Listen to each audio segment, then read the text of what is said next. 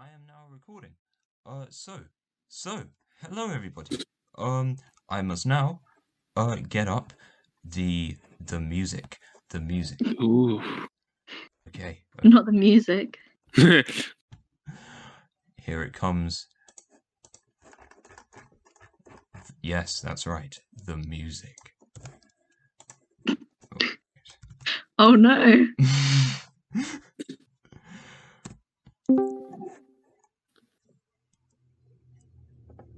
Ooh. Oh my goodness. My three brave companions, we are faced with a perilous journey. We must brave the great mountains of the headlines of this week and grapple with many mysteries. Not everyone here will make it out alive. And now, time for the introductions. Oh, shit. I was hoping the music would stop. Okay, and now, time for the introductions. Alright,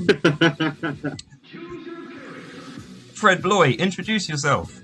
Hello, my name is Fred. Hi. George Collins, introduce yourself. Hello, good afternoon, or morning, or evening, whatever time of day you're listening. It's a pleasure to be here. And Charlie, introduce yourself. Hello, I'm Charlie. I'm hoping to be the first to not make it out alive. And that is the end of the introductions.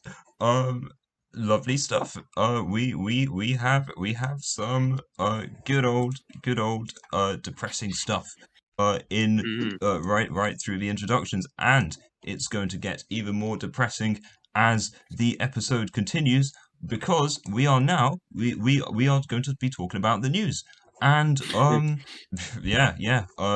so our first round, the true or false round. Yes. I am going to read out 3 headlines. True. I think she's. I think she's got you there. If the class will be silent, I will read out 3 headlines, and I'll read them out one by one, and I will read out some of the articles of the headlines, and you guys will all choose if you think they're true or false. So, okay. My first headline. Police mistaken for strippers when they when they raid Argentinian swingers party. Here it comes. Wow.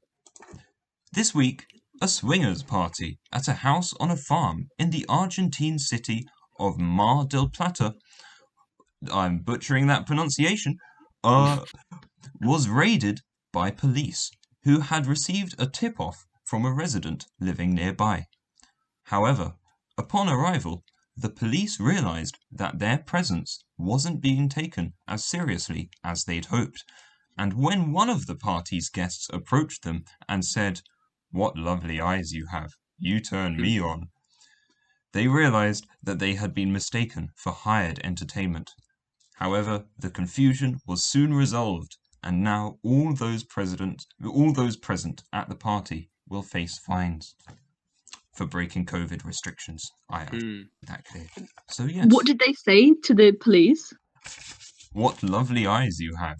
You turn me on. Well, thank you. What did they say to the police?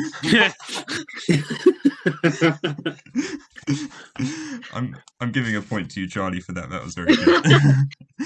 for coercion, I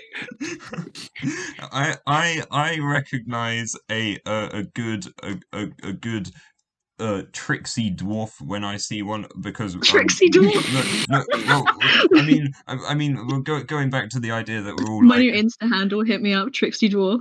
Trixie Dwarf.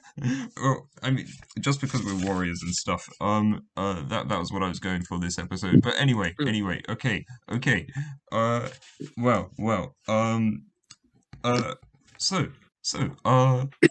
what do we think?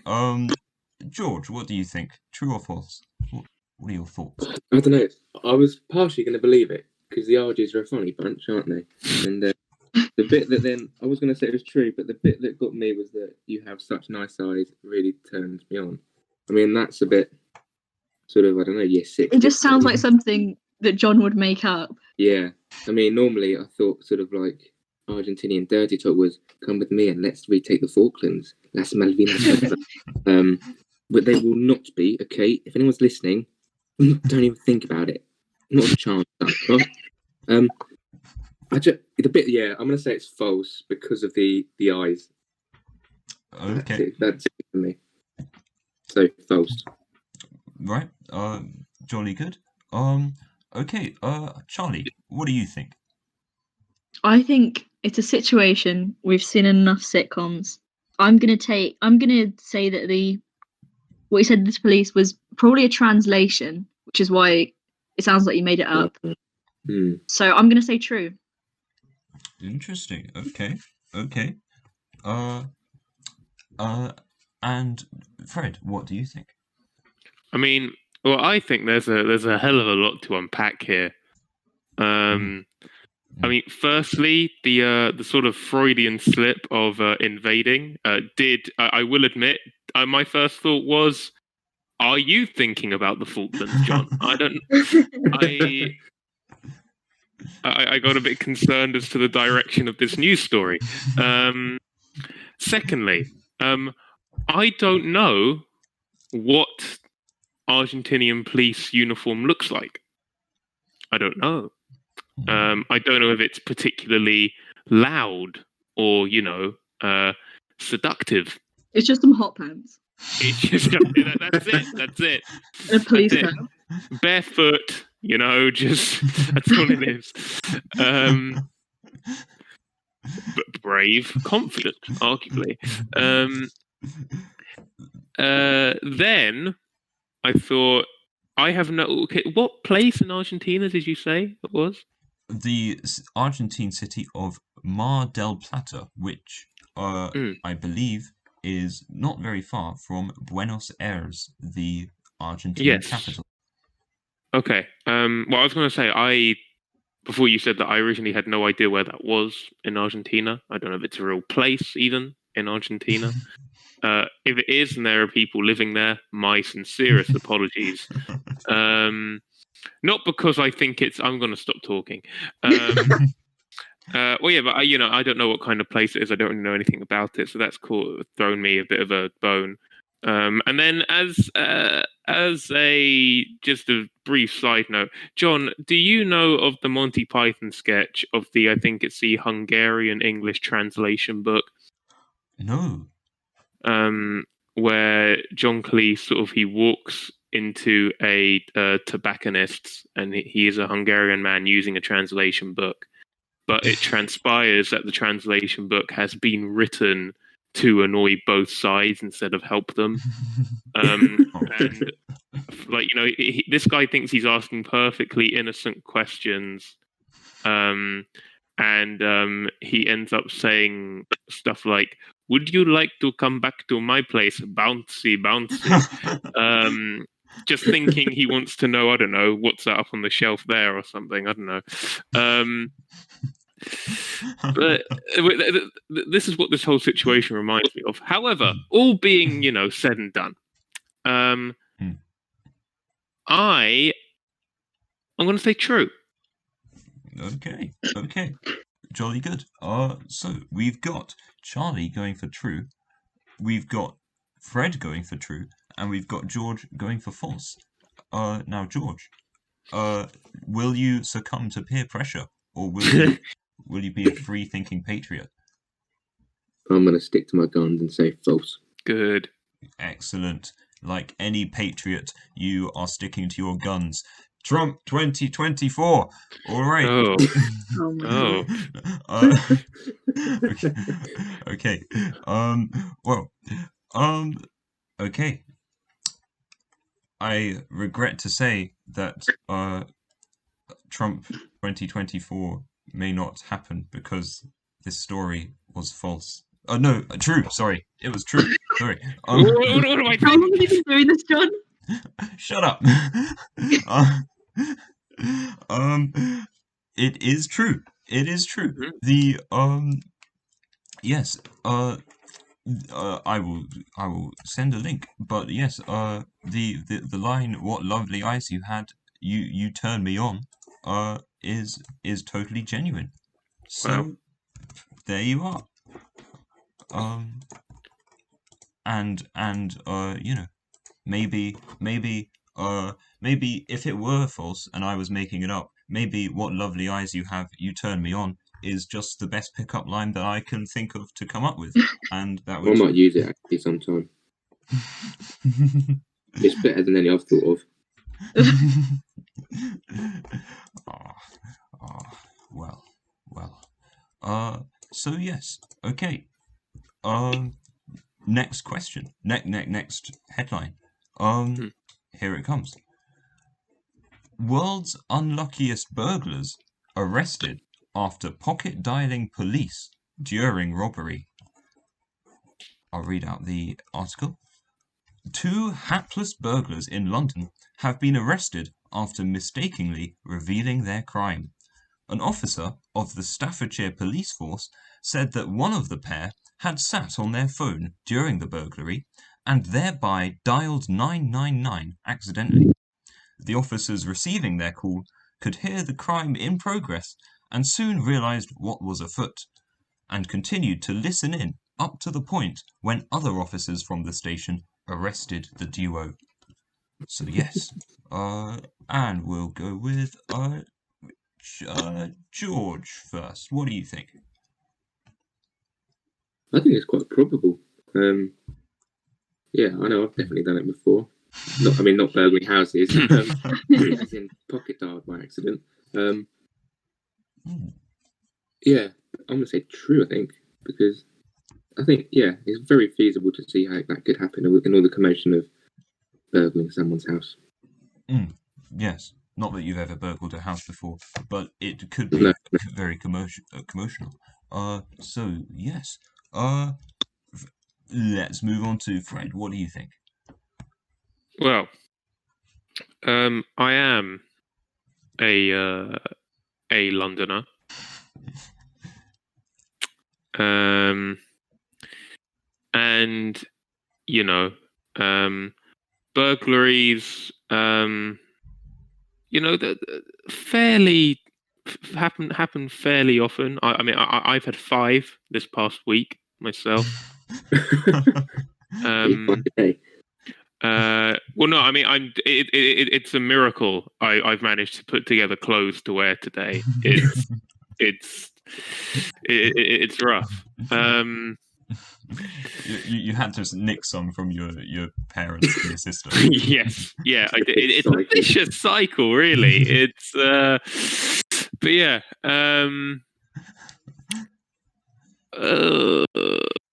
I, after extreme deliberation, am going to say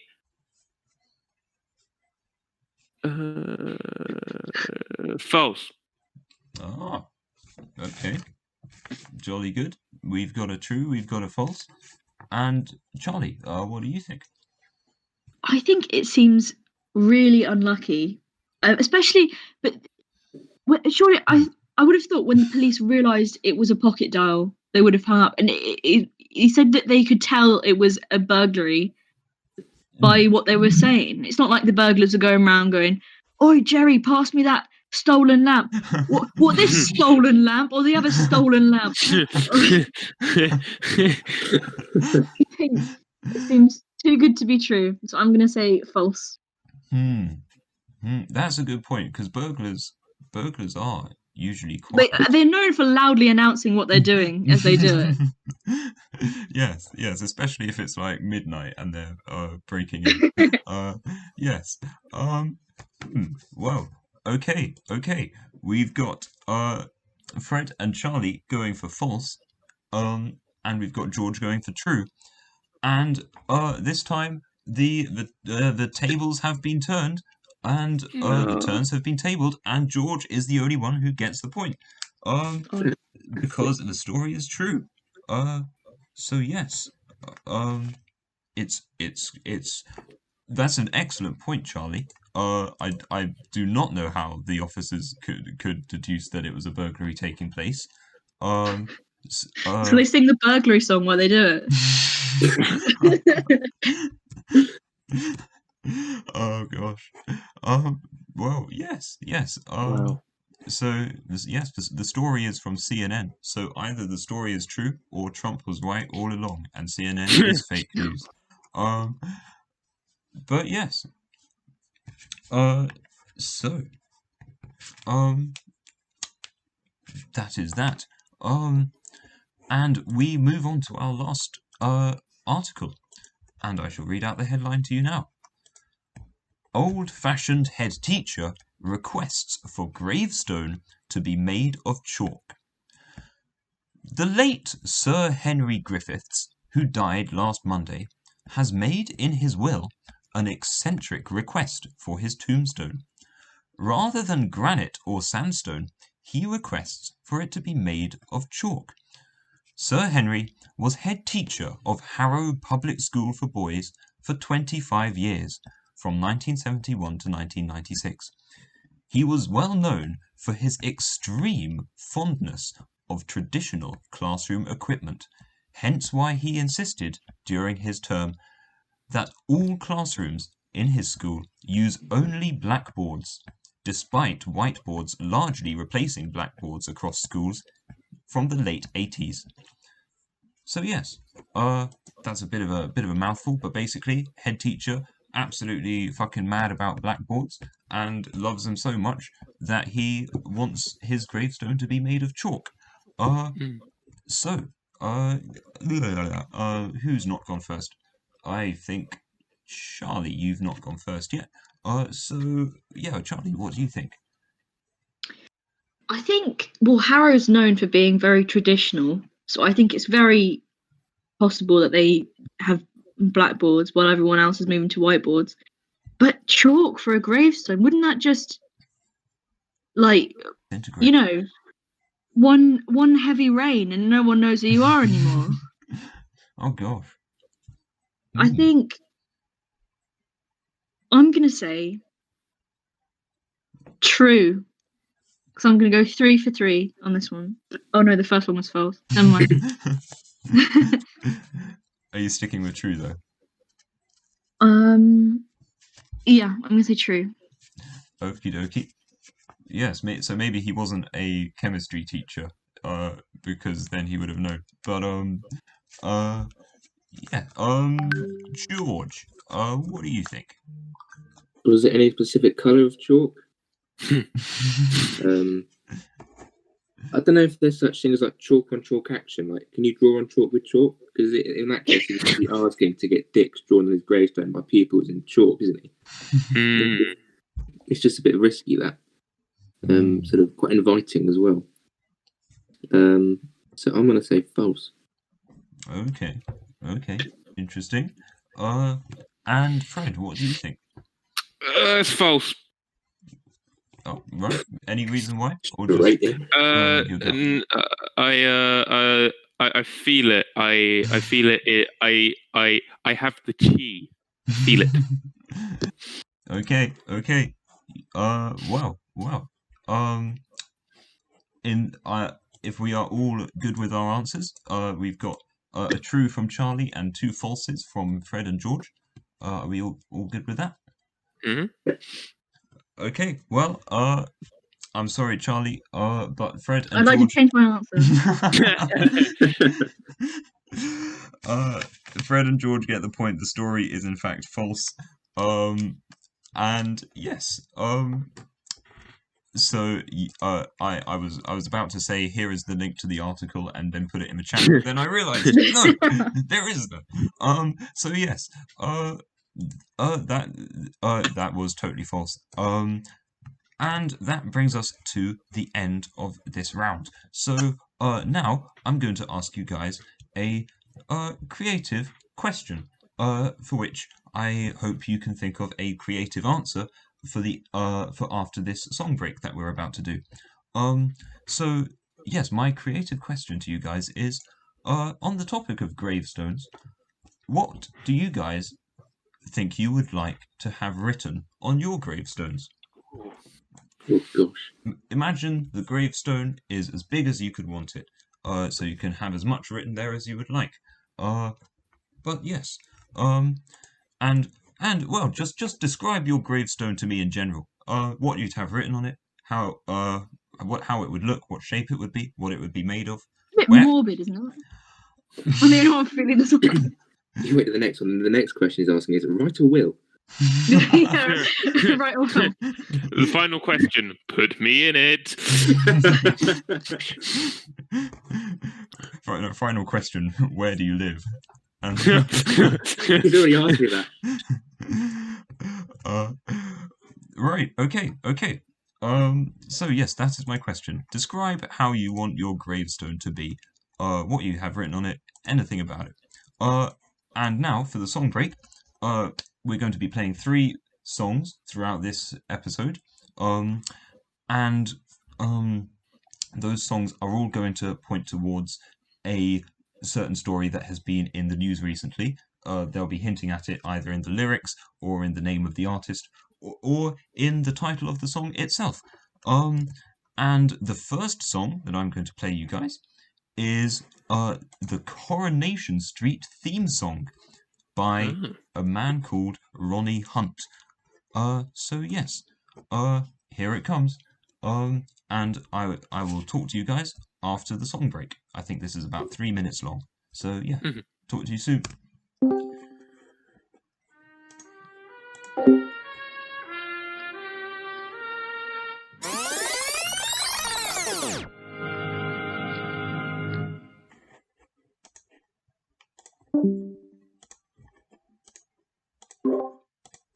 Alrighty. Oh, lovely I didn't realise what a good tune it was. Oh yes, when that one comes in sugar. It was nice though. It was enjoyable to listen to. Yes. Some may say that's the only good thing about Coronation Street. But yes, as a saxophonist, I guess you enjoy that kind of thing. But yes. So yes, that was the Coronation Street theme. And so that is going to point towards the story that's been in the news. I hope you guys were all listening to the lyrics of that one. Could be in the lyrics. Hint. God. So yes. Before we go into our next round, we have the creative answers round. I asked you guys, what do you want your gravestones to be like? And I'm going to go with George first. How do you want yours to be? I don't want anything too big, an average size, if not just a little bit bigger than average, perhaps. Maybe a nice sort of Union Jack across the top, and like a banner, and then perhaps like a hunting horn, because it's a fantastic instrument, and I just like the sound of them. And then I'd probably have something like, if I die early, it will probably be something like the only deadline I got in early, or something like that, or the only due date I hit. Because at least I'll have made one on time, I suppose. And hopefully it's quirky enough to people look at it and think, yeah, he seems like a right guy. Oh yes, yes indeed. I would quite like this guy if he were alive. But yes. Okay. we move on to Fred. What do you think? So, John, this is a Talk of the Devil, as we know, is a Lancaster University Comedy Institute show, right? However, I don't think my answer's that funny. I was just, to be honest, you hit me with the question, what would you like on your gravestone? And I just kind of went, God, I'm going to die one day. Oh, man. So I kind of sat here thinking, what would I on my gravestone?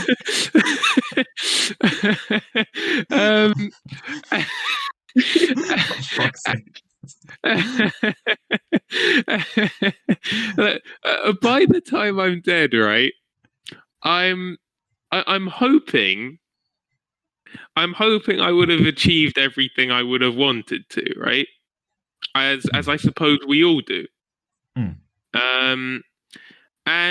find a 5-leaf clover. Find a 5-leaf. Dang, 5-leaf clover. That's mental. But no, I sort of had two options. I'd you could have the standard, here lies, Frederick. It'd have to be Frederick because, assert some kind of dominance even whilst you're dead.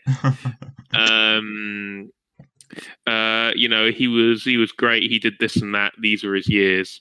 And then my two options are, and I don't think either of them are particularly funny, just I would have the first 2 bars or so of Debussy's Claire de Lune, possibly. Or I might put my favourite lyric there, which is from a Peter Gabriel song. And it fits quite well, I think. It's nothing fades as fast as the future, nothing creams like the past. Ooh. And I think that's rather beautiful, really. And so not particularly funny, if anything, a bit morbid. But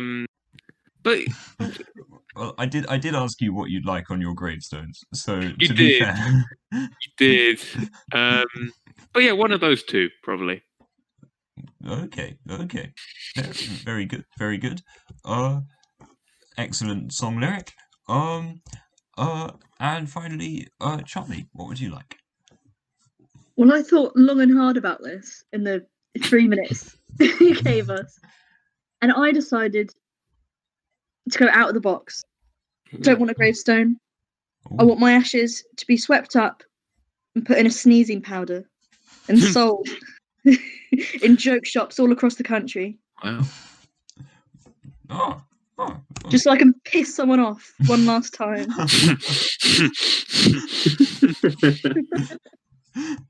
Oh wow. Oh, lovely.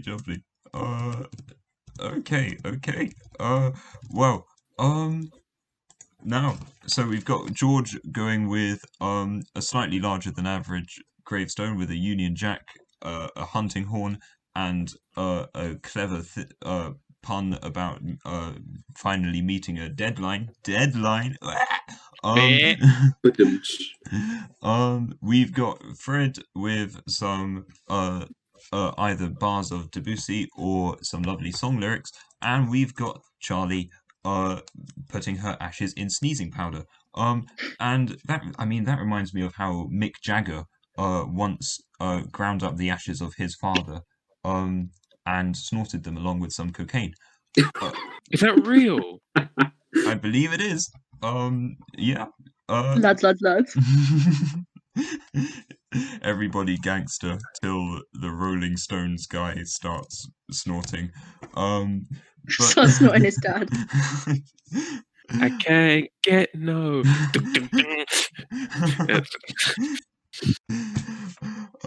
Yes.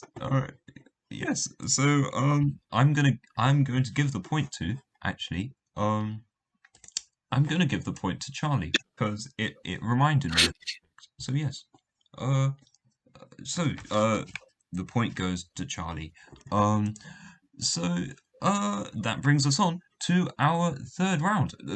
Second round. I know what I'm doing. Okay, this one. This is the the good advice, bad advice, terrible advice round.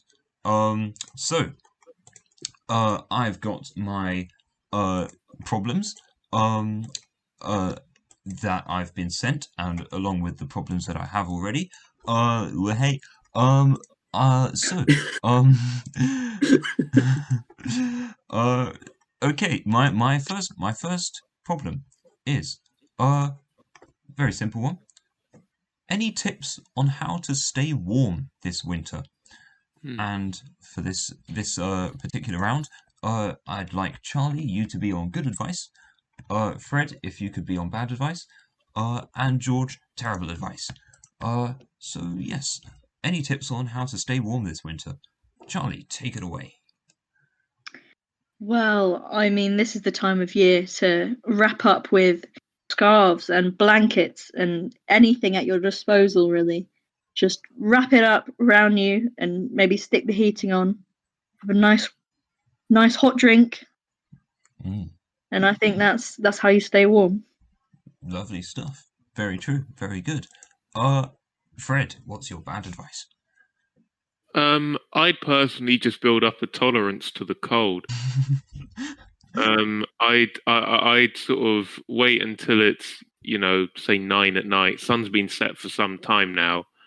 And go streaking in the local park until you go out one time and you don't cower away from the winds and everything, so that when you actually do return home, if anything, it will be too warm. So yeah. Oh, lovely stuff. And George, your terrible advice, please. Looking at the way people are spread around the country, I think a lot of people live in sort of more urbanised environments these days. So realistically thinking, you can have someone to your left in the house and someone to your right. Commit arson and set the left neighbour and the right neighbour on fire, and your house will be in sort of a fire sandwich, nice and warm. So you've got all this heat coming from outside, and then to add a little bit of heat inside, I suggest finding some hot Argentinian policemen, just to add a little bit of heat indoors, and I think then you really are all set. Oh, brilliant! Yes. Well, I mean, they'll come because you've committed arson, so no, you don't even need to. Exactly. It's great. Yes. Oh, win-win, and it's good for the planet. It's good for the planet. You don't have to have your central heating on. Precisely. Yes. And so, I'm gonna go with I've got to go with George because we've had a callback. Yes. Well, actually, why am I saying that? We don't get points in this round. I've just remembered we don't actually do points. I think we do, John. I think we do. No. Sorry. Sorry. Sorry. George will get a sympathy point from me. Because I led you on, George. by giving you a point and then remembering. Yeah, George, you get a point from me. Thank you. No worries. Okay. Next question. I've just found out that the person I'm stalking is also stalking me.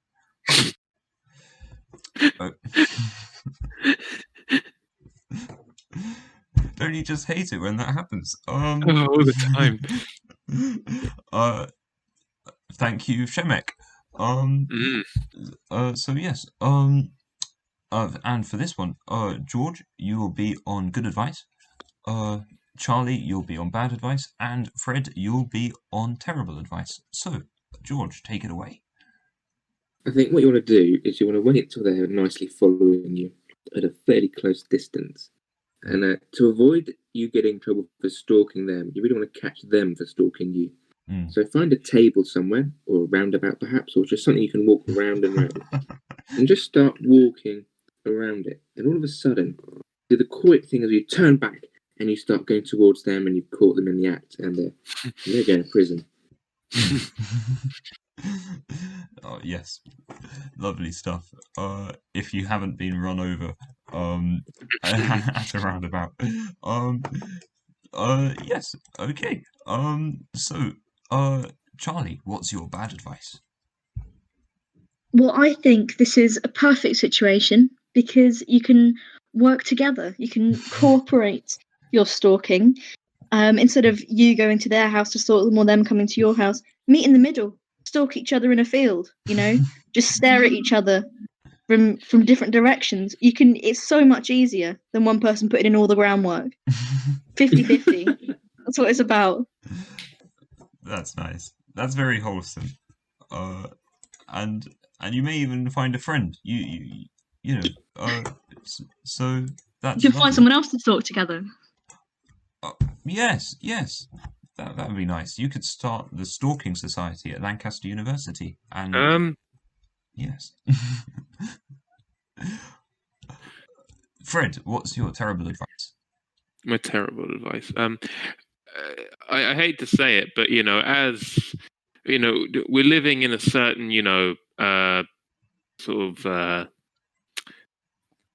current world state which relies quite heavily on capitalism. So money's going to be involved in my solution. I hate to say it.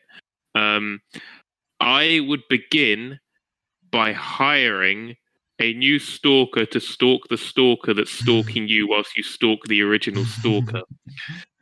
That's the first part. However, if the stalker that's stalking you whilst you're meant to be stalking them decides that it's necessary to start stalking the stalker that's been hired to stalk them by you instead of stalking them, then it might be necessary to hire a fourth stalker to stalk the stalker you were originally stalking, but who has decided to stalk the stalker that you first hired to stalk them instead of them stalking you whilst you're stalking them. It is very simple to follow, just if you keep focused. It will cost a bit of money because there isn't necessarily an end to the number of stalkers you will need to hire, but it will work out. Yes. Oh, lovely stuff. Okay. Oh, wonderful. And my final question, my final crisis. I have sent my nudes to the wrong person. Oh no. I'm sorry, Mum. It doesn't have to be your mum. It can be any family member. No, it can be anyone. But yes, I've sent my nudes to the wrong person. What shall I do?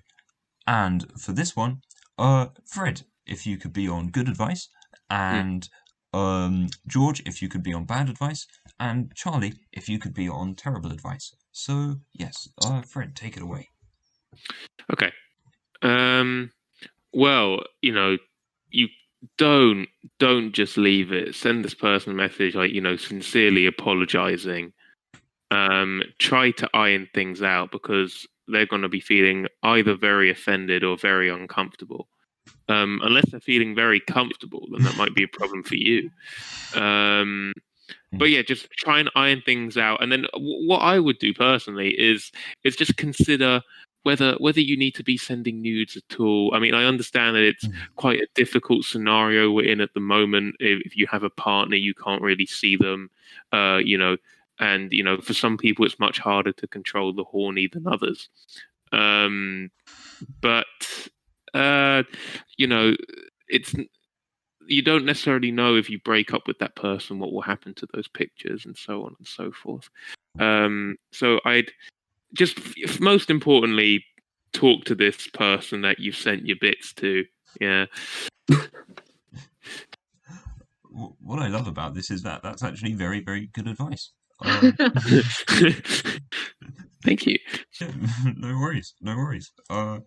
I may have included this crisis because it's something I have actually done. No, definitely not. No. I would like to make a disclaimer. I have not done that. We believe you, John. I think the more you talk about it, the less easy it is to believe you. But...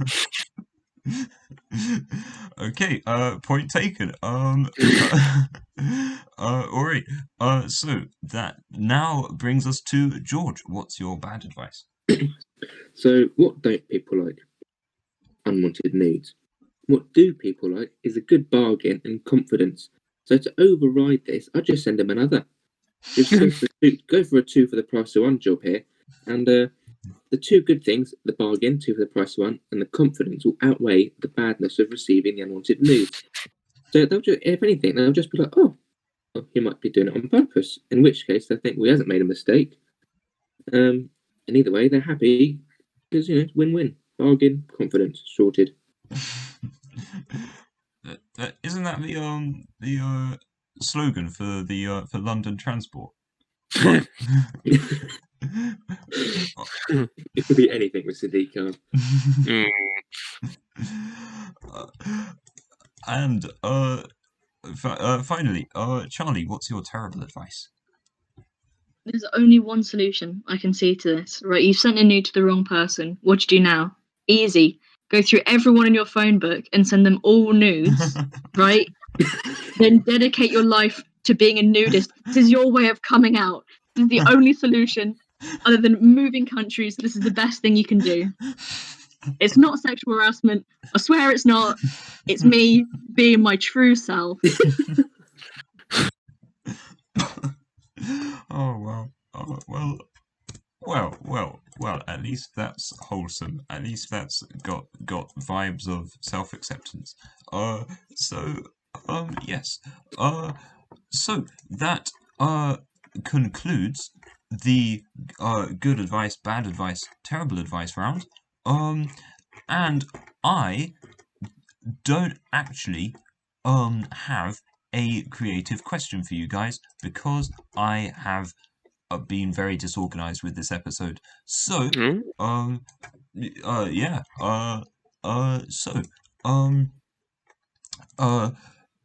this you lucky kids, you get a song break off. You can just relax during this song break. And you don't have to be thinking of any creative answer. So yes. All you might have to be thinking about is what this next song could be potentially hinting to that's been in the news recently. So we've had the Coronation Street theme song, and now for this song break, the song is The Boys Are Back in Town by absolute banger, Thin Lizzy. So yes, I will talk to you guys after the song break. Talk to you soon.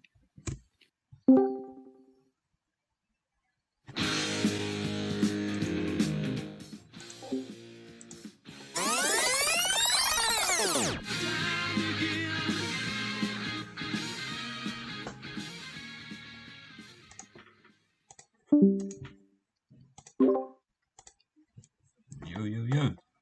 Lovely stuff. Okay. So that was The Boys Are Back in Town by Thin Lizzy. So does anyone have any idea what these songs might be pointing to? I've got an incredibly slight inkling. Same. I have absolutely no idea. It's really weak though. Okay. Yeah. Well, maybe we shall continue. We shall not disclose things until after the third round. So yes. Okay. Speaking of which, the third round is nigh. So this is the fill in the blanks round, sometimes called Mind the Gap. And we have, I'm going to read out just a headline, but it has blanks in it, and you guys are just feel free to shout out what you think is in the blanks. So, yes, the first headline.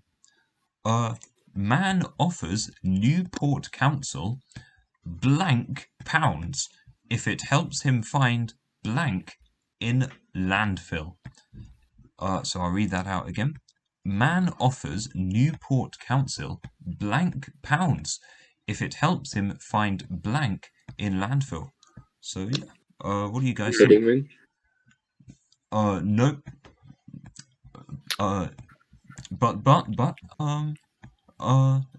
Let's go with the first blank first. So how many pounds? 5. Okay, 4. we want to go 3. upwards. 6. 15. Okay. Now, we want to.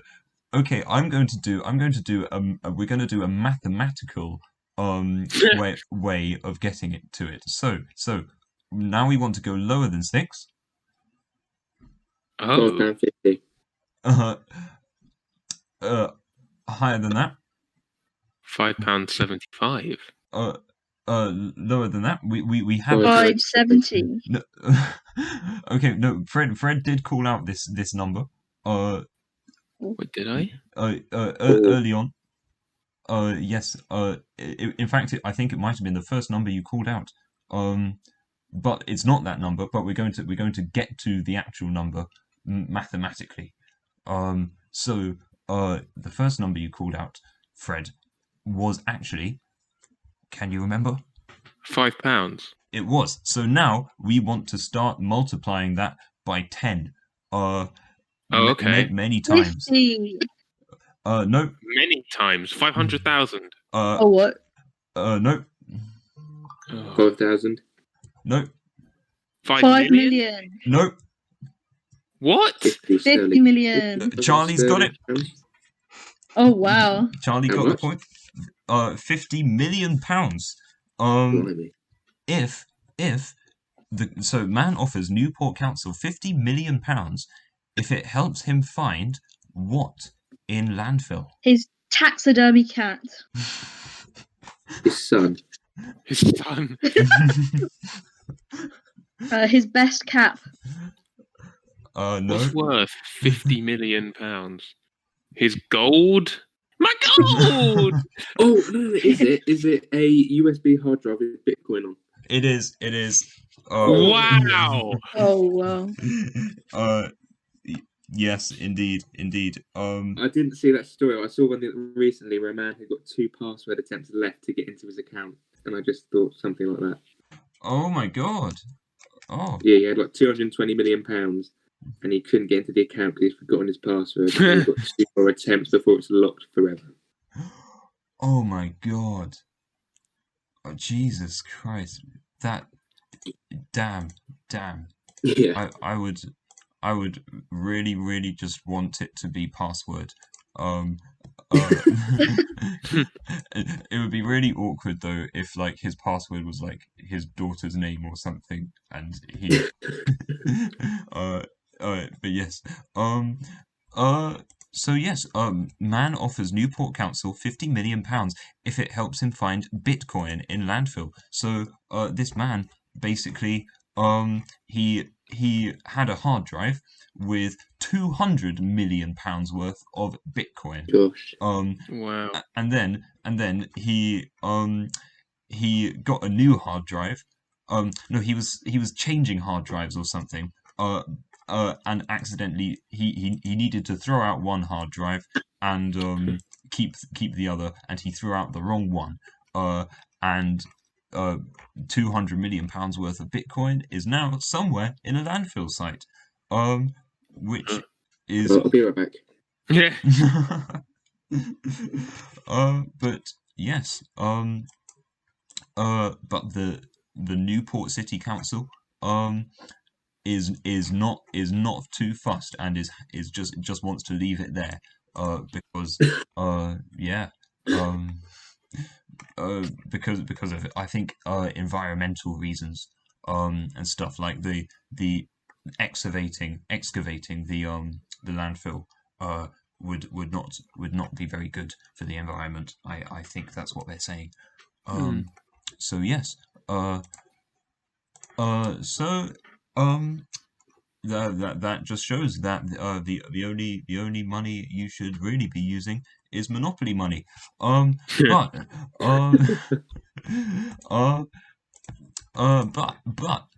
we go on to the next fill in the blank. So I'll read it out. I'll read out the headline, then you can holler your answers at me. This blank day, a law firm in Crosville is giving away a free blank. Actually, no, it's not a free, it's just free. Sorry. So I'll read it out again. This blank day, a law firm in Crosville is giving away free blank. So, yes. Something day. Yes. Saturn.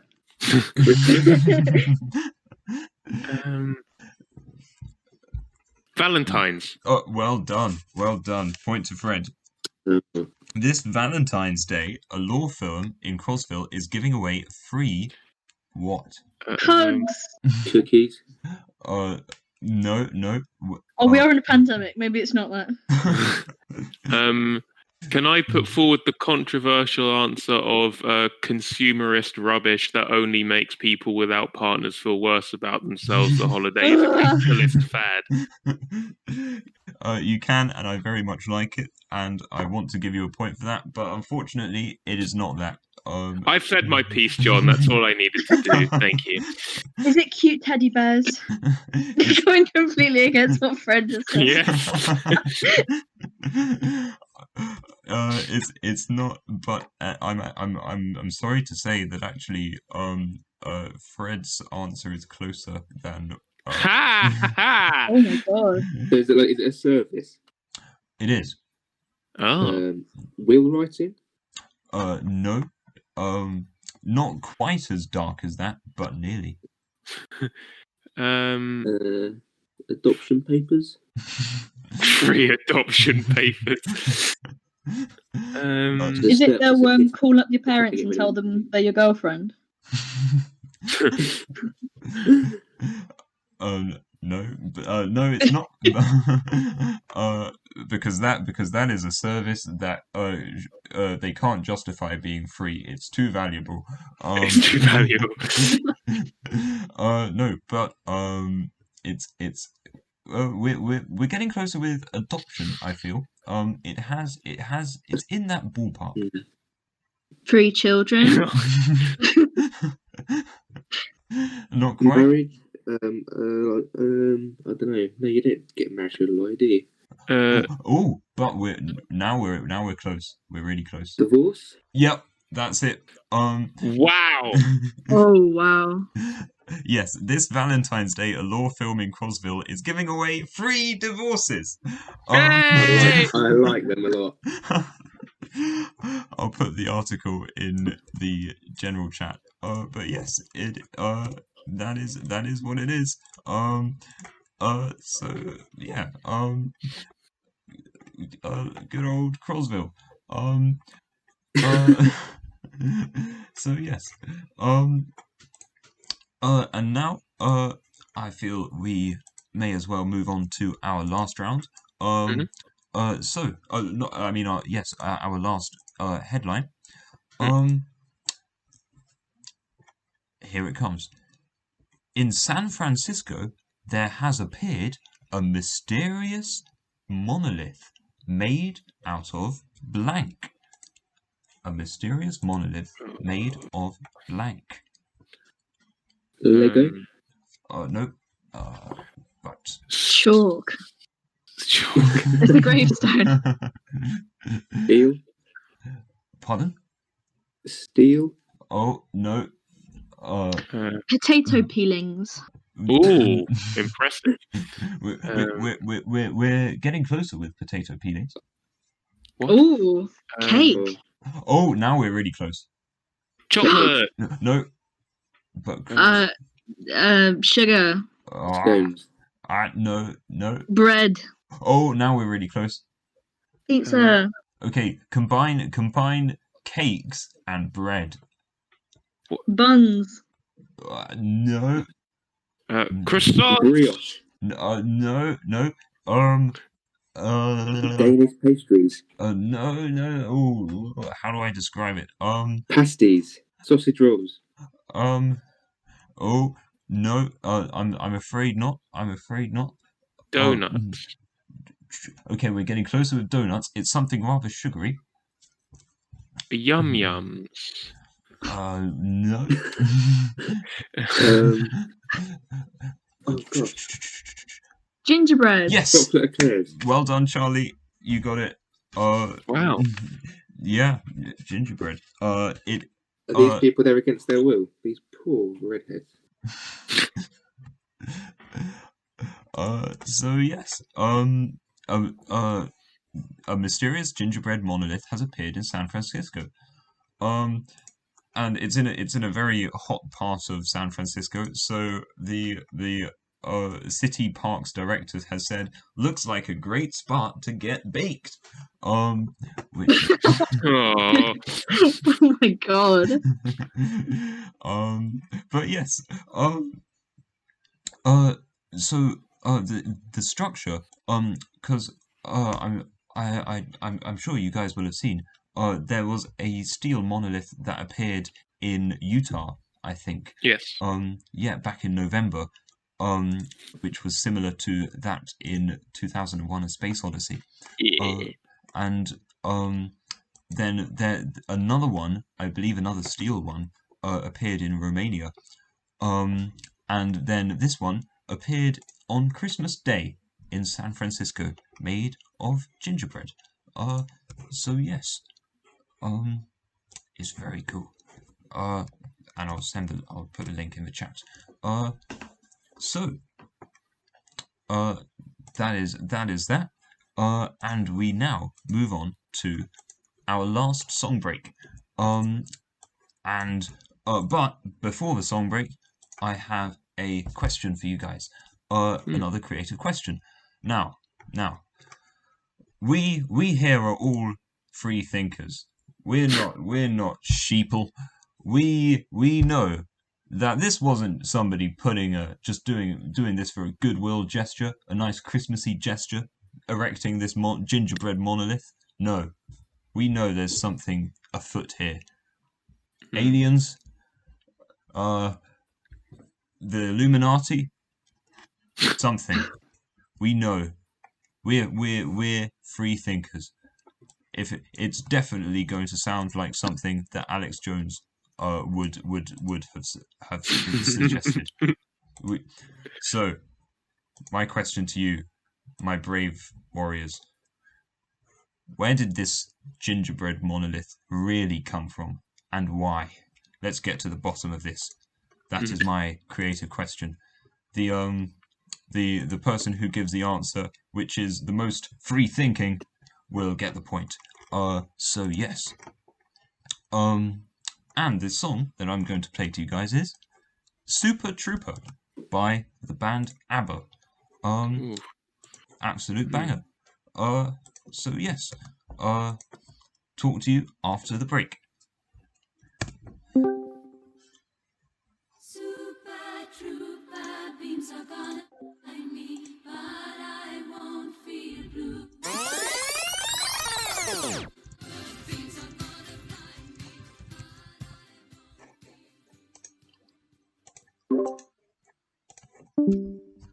Lovely jubbly.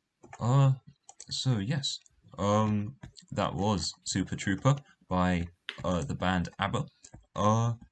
And now it's just time for the big reveal at the end of the episode. Oh, well, we've got the creative answers first. I know what I'm doing. So yes.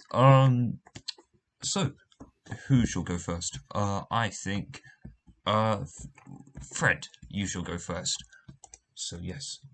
What is your answer? How did it really get here? Come on, Well, don't give me that. Don't give me that rubbish. Like, built by someone who's nice. No, there are no nice people in the world. Come on. John, listen here, mate. I want to tell you this. It was actually built by someone nice. You're not going to want to believe it, but Ooh. it was. And look, when you're dealing, when the opposition you're working against is itself using underhand tactics, you yourself have to go a bit underhand and mysterious, right? This will all become clear. Now, we all know that I mean, I understand that you said this is in the US, but just roll with it. We all know that the English government, absolute vile, right? Monstrous swine. Just God, I hate them. My free speech. And so Can't say that. No.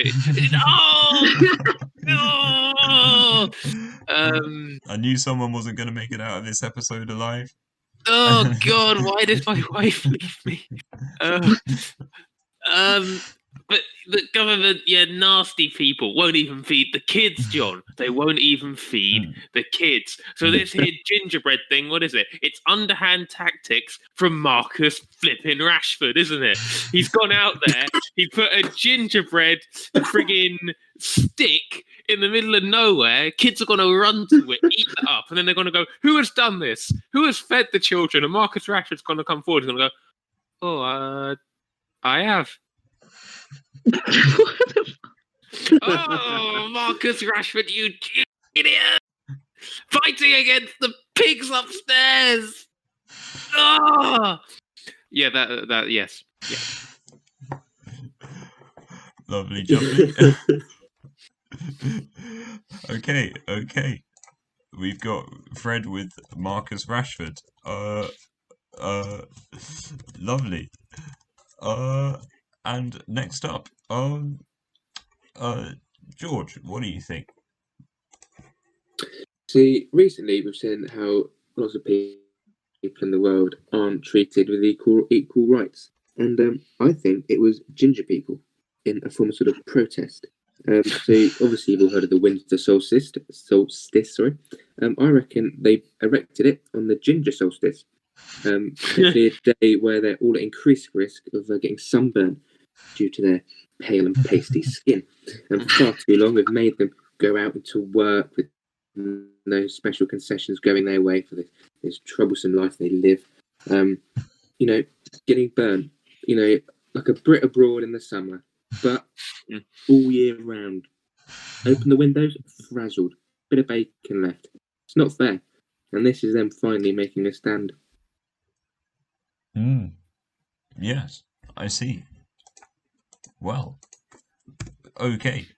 So we've got it is a big like a middle finger to all of the non-ginger people. This monolith. Exactly that. Yes, exactly. From the gingers, I'm writing. Which sounds very nice.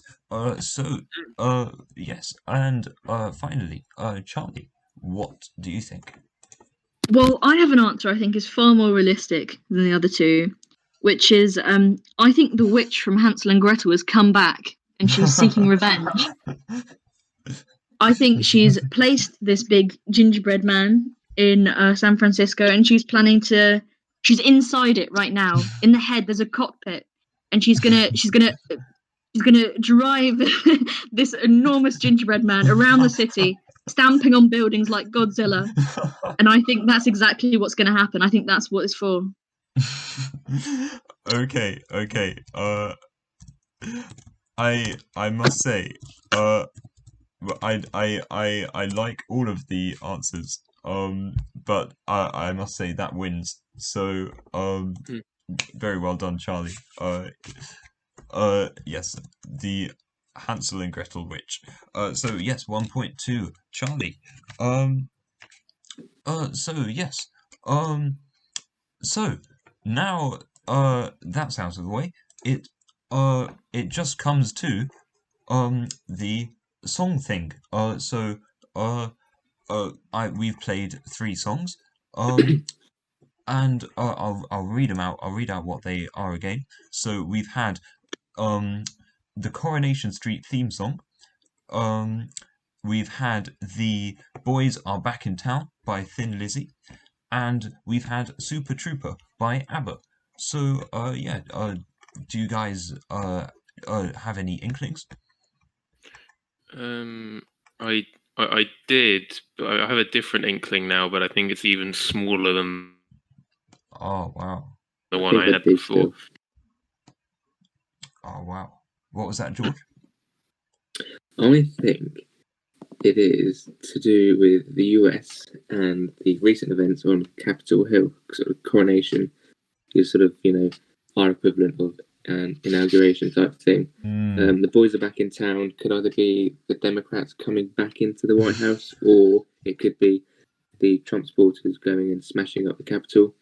And then Super Trooper could be potentially relating to the National Guard, with the numbers there excessing the amount that they actually have out in the Middle East at the moment. I'm So in one big, as usual, America is in one big clusterfuck of shit, and this is sort of relating to that big old clusterfuck of shit. Oh god. I must say, I think I'm actually probably just gonna have to give the point to you, George, because yes, that is what it was referencing. It was referencing the fact that 100,000 National Guard troops. Well, hang on, we haven't given our answers yet. Well, I'm sorry, but I say the same. I say the same thing. I was also going to say exactly that. Word for word. Yes. Well, you know what? I'll give all three of you points. But George still wins because he was in the lead anyway. So Okay. so yes, 100,000 troops have landed in well, I mean, I say landed. They were probably driven. I don't. They probably didn't parachute in. Because it's on U.S. soil. But yes. 100,000 troops have gone to Washington. To prepare for protests and general unrest, I guess. In the run up to the inauguration, or as we would call it, coronation. Although we wouldn't, because coronation is related to monarchy. But and it's a far superior event. Damn straight. So yes. So that was the story. And that brings us to the end of this particular episode of Talk of the Devil. I've been John Lee, and I will continue to be John Lee after the episode is over. What about you guys? We've got Fred. Say goodbye, I guess. I am Fred Bloy. Who knows what I'll be once the show is over? I keep changing. I keep moving. We can't stop it. Time is relentless. You can't run from it. It will find you. Thank you. Lovely stuff. It waits for nobody, as Freddie Mercury said. Yeah. Yes. And George. Had a lovely time. Thank you very much for everyone taking part and listening. Cheerio. And Charlie. I've been Charlie. Thank you very much, John, for hosting this. It was very fun. Excellent questions. And peace. Sick stuff. Yes, I will end the episode there.